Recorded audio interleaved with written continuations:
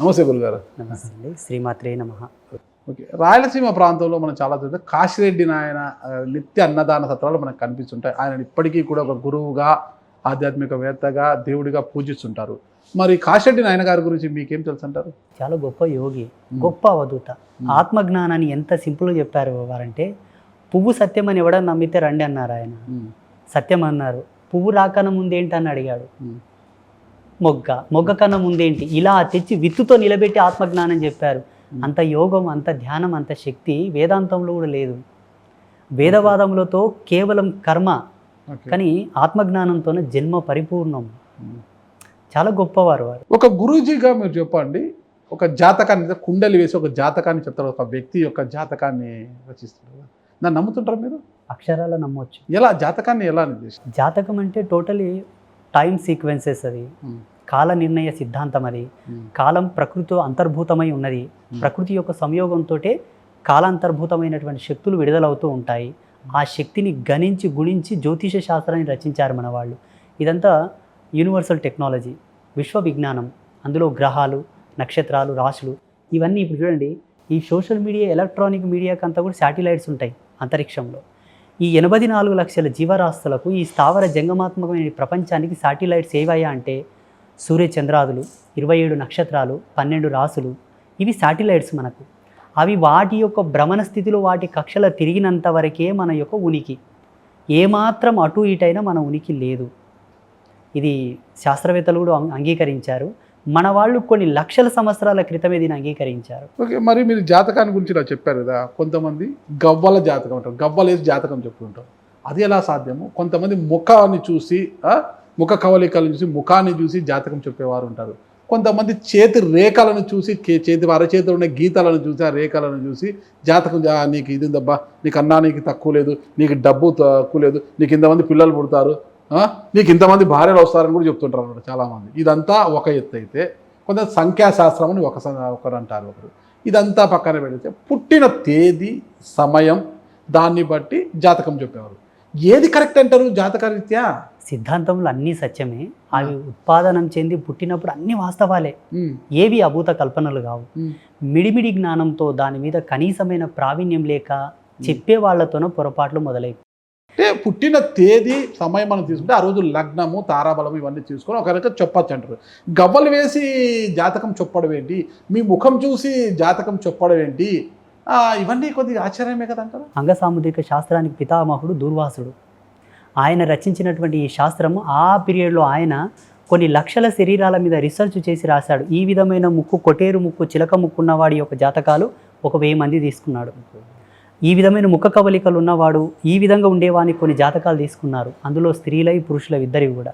అలా చూసి ఉద్ఘాటించి చెప్పారు, భావి తరాల మనుషులు ఇటువంటి వాళ్ళను చూసి కళ్యాణయుక్తంగా నడుచుకుంటారేమోనని, బిజినెస్ పర్పస్ కింద వాడుకుంటారని ఆయన రాయలేదు. రేఖాగణితానికి పితామహుడు భరద్వాజుడు. చేతి రేఖల గురించి చూసి రాసింది భరద్వాజుడు, దాన్ని రాసిన వ్యక్తి. ఇలా ఒక్కొక్క శాస్త్రం ఒక్కొక్క ఋషి దర్శించి ఇచ్చాడు. సంఖ్యాశాస్త్రాన్ని ఇచ్చింది పాణిని మహర్షి. చాలా అద్భుతమైన మహర్షుల గురించి చెప్పారు కదా. కోయదరులు ఉంటారు కదా, కొండ జాతి కోయదరులు ఉంటారు. చిలక శాస్త్రం చెప్తుంటారు అన్నమాట. రోడ్డు పక్కన కూర్చొని పాపం పొట్ట పోసుకోవడానికి ఎవరో కూర్చొని, కొంతమంది అలా పోయే వాళ్ళు, నమ్మే వాళ్ళు కూర్చొని 20 రూపాయలు, 30, ఇప్పుడు 50 రూపాయలు ఏదో చేశారండి. చిలక పాపం ఒక జాంపండు పెట్టింటాడు ఆ బోన్లో, ఆ జాంపండు తింటుంటుంది. చిలక రా అంటే బయటకు వస్తుంది, ఏదో కార్డు తీసుకొని పోతే ఆ కార్డులో ఏ దేవుడు వస్తారో, ఎవరు వస్తారో దాన్ని బట్టి జాతకం చెప్తారు ఆయన. ఇది శకున శాస్త్రం కిందికి వస్తుంది, సింబాలిక్ ఇది. ఇప్పుడు కృష్ణుడు వచ్చాడు, నీ పేరు మీద చెప్పగానే కృష్ణుని తీసింది. కృష్ణుని తాలూకు సంబంధించిన గుణగణాలు, వైభవాలు, ఆ చరిత్ర అంతా ఆయనకు చెప్పగలిగేంత వరకు చెప్పాలి. మళ్ళీ కృష్ణునికి 8 మంది, నీకు 8 మంది అని చెప్పే రైడ్స్ లేవు. దీన్ని శకున శాస్త్రం కింద తీసుకోవచ్చు, సింబాలిక్ మెసేజ్ ఫార్వర్డింగ్ సిస్టమ్ కింద దీన్ని తీసుకోవచ్చు. వాళ్ళు స్వయం అయినటువంటి అనుభవం చేత ఒక దేవతను వాళ్ళు కూడా పూజలు చేస్తారు. ఆ దేవత యొక్క బలము చేత వాళ్ళ వాక్కుగా చెప్తూ ఉంటారు. వాళ్ళ స్వాతంత్ర్యమైనటువంటిది ఇది. దీనికి శాస్త్రీయమైనటువంటి వివరణ లేదు. ఆధ్యాత్మికంగా మనం తీసుకుంటే బ్రహ్మ, విష్ణు, మహేశ్వర్లు, వీరి మాతృమూర్తి ఆదిపరాశక్తి అంటుంటారు కదా. అంటే వీళ్ళందరినీ కొలిచేవద్దు, ఆ అమ్మవారిని ఒక్కటి కొలిస్తే సరిపోతుందంట గురువు, మిగిలిన అమ్మవారి దేవుళ్ళంతా కొలిచినట్లు అవుతుందా? ఎగ్జాక్ట్లీ సత్యం చెప్పారు, వేదాంత సత్యం చెప్పారు. ఏ శక్తిని పట్టుకుంటే జగతిలో వేరొక్కరిని పట్టుకోవడానికి అవసరం ఉండదు, ఏ తల్లి పాదపద్మాలను సేవిస్తే వేరొకరిని పూజించే అవసరం ఉండదు. The great supreme power is lord Lalitha అమ్మవారు. ఈ దేవి భాగవతం నిన్ననే చెప్పుకున్నాము, నిన్ననే వచ్చింది దేవి భాగవతంలో. అమ్మవారే త్రిమూర్తులకు చెప్పింది, సర్వం కల్విదమేవాహం బ్రహ్మనేనాస్తి కించన ఏకం సత్ విప్రా బహుధా వదంతి అన్న సత్యం అదే. అమ్మ చెప్పిన ఈ శ్లోకానికే అనేకమైనటువంటి వేదములు, అనేకమైన ఉపనిషత్తులు, అనేక పురాణాలు, ఉపపురాణాలు, అనేక శాస్త్రాలు ఈ ఏక శ్లోకం నుంచి వచ్చాయి. అది కూడా అర్ధ శ్లోకం అని చెప్తారు దేవి భాగవతంలో. అసలు మీ దృష్టిలో యోగి అంటే ఎవరు, ఎలా ఉండాలంటారు? దేనిని పట్టించుకోక, దేనిని కోరగా, దేనిని అడగక, ఏది సత్యమో దానికి రమించువాడు యోగి. సంకల్ప త్యాగం అనర్చిన తర్వాతనే యోగి అవుతాడు. ఏమిటి సంకల్పం? నేను ఇది ఇలాగే ఉండాలి. యోగి జీవితం అలాగే జరగాలంటారా? ఫిక్స్డ్, అది ఎప్పుడు మారదు. అతల కుతలమైన లోకాలని మునిగిపోయిన తన సంకల్పం వీడని వాడే యోగి. మనం ఈ రోజుకి చూస్తుంటాము గురుగారు, పదే చెప్తున్నానని కాదు, టెక్నాలజీ ఎంత పెరిగినా కూడా ఈ రోజుకి కూడా కొన్ని జాతరలకు వెళ్తే మనం అక్కడ అమ్మవారు పూనారనేసి, అమ్మవారు శరీరంపై వచ్చిందనేసి ఊగిపోతుంటారు, నిమ్మకాయలు దండ వేసుకుంటారు, ఏదో పిలిచి ఏదో చెప్తుంటారు అనమాట. మరి పీర్ల పండగకు వెళ్ళినప్పుడు కూడా అక్కడ వాళ్ళకు కూడా పీర్ల స్వామి ఒంటిపైకి వచ్చాడనేసి అది ఇవన్నీ జరుగుతుంటాయి అన్నమాట. ఇదంతా ఒక నమ్మకం. నమ్మకానికి ఉండే సైంటిఫికల్ ఎవిడెన్స్ ఏంటంటే, మానసికమైనటువంటి విజ్ఞాన మూలకాలతో చెప్పాల్సి వస్తే, ఒక వ్యక్తి దేన్నన్నా ఎంజాయ్మెంట్ గా ఫీల్ అయ్యాడు అనుకోండి, బ్రెయిన్ నుంచి కొన్ని ఆరో కెమికల్స్ రిలీజ్ అవుతాయి. కొంచెం తన్మయత్వం చెంది పులకించాడు అనుకోండి, తాను ఫీల్ అయ్యాడు అనుకోండి, బాడీలో కొన్ని కెమికల్స్ రిలీజ్ అవుతాయి. అవి ఆరా రిఫ్లెక్టింగ్ని డెవలప్ చేస్తాయి. అలా రిఫ్లెక్ట్ అయిన ఆరా లెవెల్స్ నేచర్ని తనకు అనుకూలంగా మారుస్తాయి. దాని టైం సీక్వెన్స్ అంటారు. కేవలం మనోసంతృప్తి కొరకు తాను ప్రసన్న భరితమైనటువంటి చిత్తంలోకి రావాలని ఈ సాకారమైనటువంటి ఈ పూజలు, ఈ ఉత్సవాలు, దాన్ని చూసి ఆయన పరవశించిపోతే ఆ పరవశించినటువంటి కేంద్రకంగా ఆయనకు శుభం కలుగుతుంది. డాక్టర్లు కూడా ఏం చెప్తారంటే, చూడండి మీరు పీస్ఫుల్గా ఉండండి, ఎక్కువ హైపర్ కాకండి, ప్రశాంతంగా ఉండండి, రోగం తీవ్రత పెరగదు, రోగం తీవ్రత తగ్గుతుంది, మంచిగా ఉండండి, హ్యాపీగా ఉండండి. వాళ్ళు ఉండరు, ఏదో ఒక దాన్ని చూసి ఫీల్ అయితే తప్ప. అలా ఏర్పాటు చేసినవి ఇవన్నీ ఈ భౌతికవాదం అంతా కూడా. వాస్తవానికి వేదం ఏం చెప్తుందంటే, భగవంతుడు నిర్గుణుడు, నిరాకారుడు, నిర్వికల్పుడు, అవ్యయుడు, అనంతుడు. భగవంతుడు నిరాకారుడు అన్నది ఎంత సత్యమో, సాకారం అన్న సత్యాన్ని మన ఋషులు మనకు వ్యక్తం చేసి ఇచ్చారు. ఇది మన గొప్పతనం, హిందూయిజం యొక్క గొప్పతనం. ఇదంతా కేవలం కూడా అందరూ కూడా కళ్ళు మూసుకొని ఆ యొక్క జ్యోతి దర్శనాన్ని చేయలేరు. చేయలేని వాడు పరవశించుట ఎలా?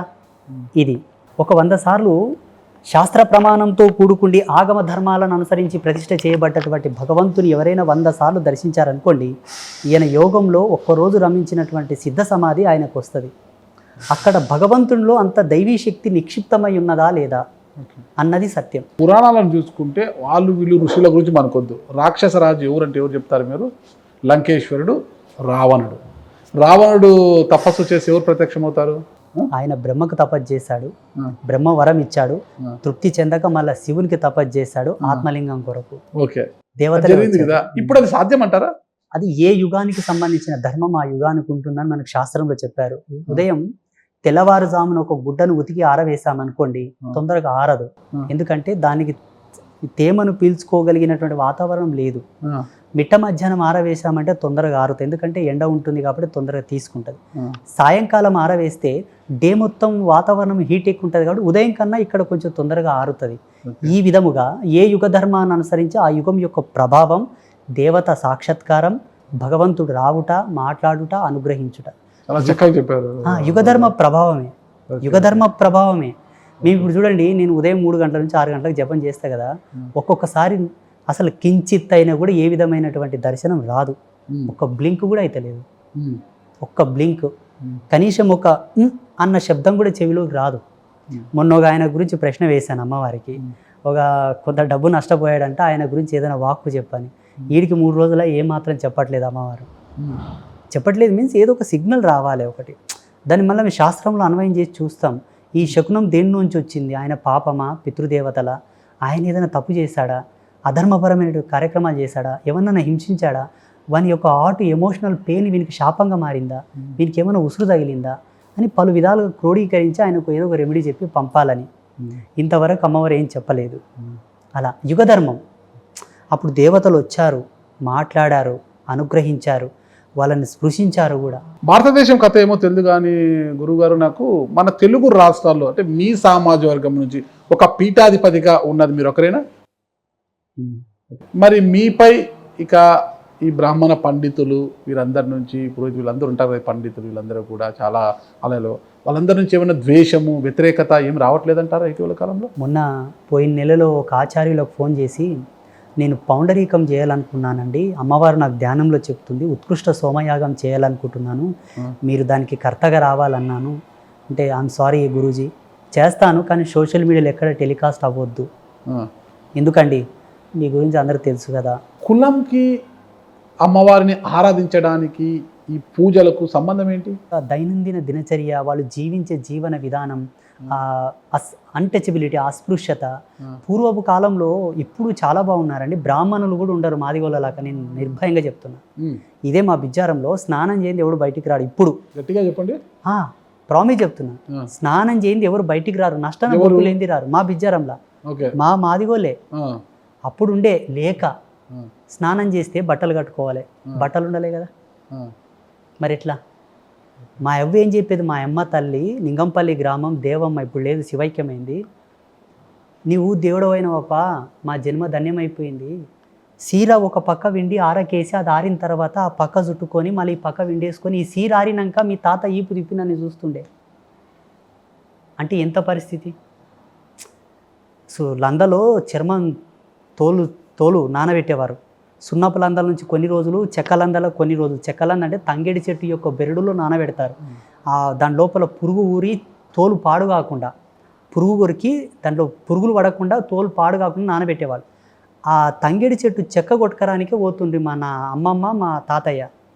ఆడ సౌడు ఓగులో నీళ్లు వారుతుంటే ఆ సౌడు పెట్టి చీర వెండుకొని అది ఆరినాక ఓ పక్క చుట్టుకొని ఇంకొక పక్క వెండుకొని అది ఆరినాక చుట్టుకొని ఆ చెక్క మోపు ఎత్తుకొని వచ్చేవాళ్ళంట ఇంటికి.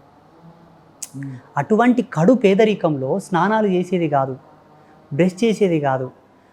ఇట్లా అన్నీ రాకితే ఇంతలా మురికి వచ్చేదంట మా ఊళ్ళకు తాతోళ్ళకు. డస్ట్ కనుబొమ్మలకి ఈపి పట్టేదంట, కనుబొమ్మలకి ఈపి.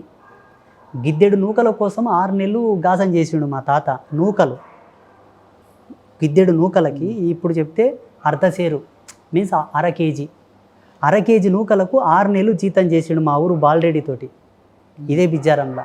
ఇప్పుడు ఆ బాలరెడ్డి మిమ్మల్ని నమ్ముతున్నారా? రోజు వచ్చి మొక్కిపోతారు. అవునా? Okay okay.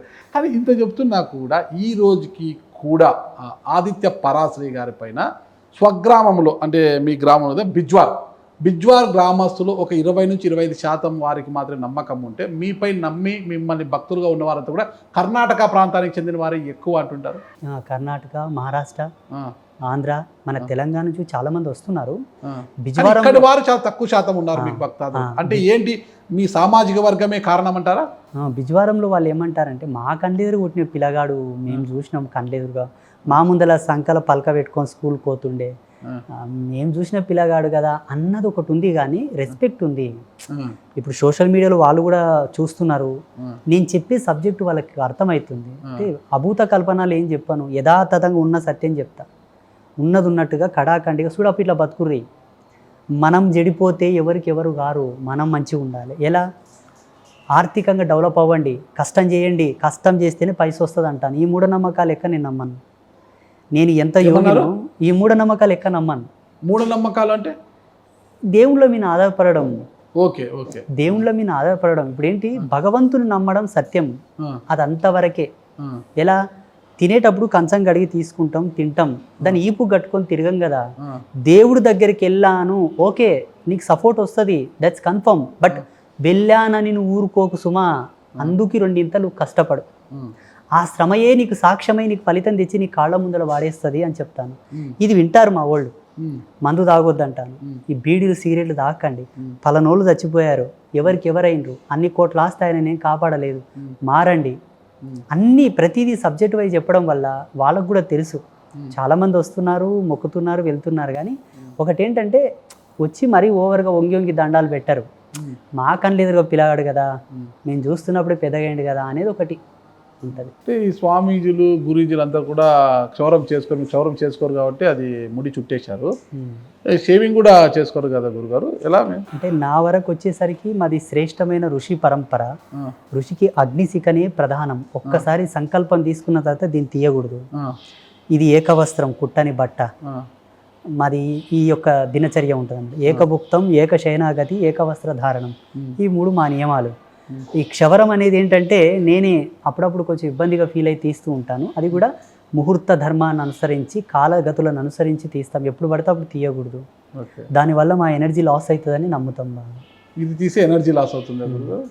ఖచ్చితంగా గురుగారు, మీకు అభయం ఇచ్చేంతటోని కాదు కానీ ఒక గురూజీగా ఉన్నారు మీరు. మీ కోరికలు అన్నీ కూడా నెరవేరాలని ఆ అమ్మవారు ఎప్పుడు కూడా. చివరిగా నేను ఒక ప్రశ్న అడుగుతాను, చెప్పండి. మీ అనుభవంతో మీ వయసు ఎంత? 50+ గురుగారు. 40 కూడా అనుకుందాం. లేదు, 50+. నాకన్నా పెద్దవాళ్ళే. 50 దాటి. మీ యొక్క అనుభవంతో సామాజిక మాధ్యమాల ద్వారా మీరు చాలా అనుభవం పొంది ఉన్నారు. మీ ఇంటర్వ్యూలు చాలా చూశాను నేను. మీ అనుభవంతో చెప్పండి, నేను గురుత్వంలో ఉన్నానా లేనా? ఉన్నారనే నాకు అనిపిస్తుంది గురుగారు. మీ మాటలను బట్టి ఉన్నారని. చాలా సంతోషం. ఖచ్చితంగా మీ కోరికలన్నీ నెరవేరాలని కోరుకుంటాను.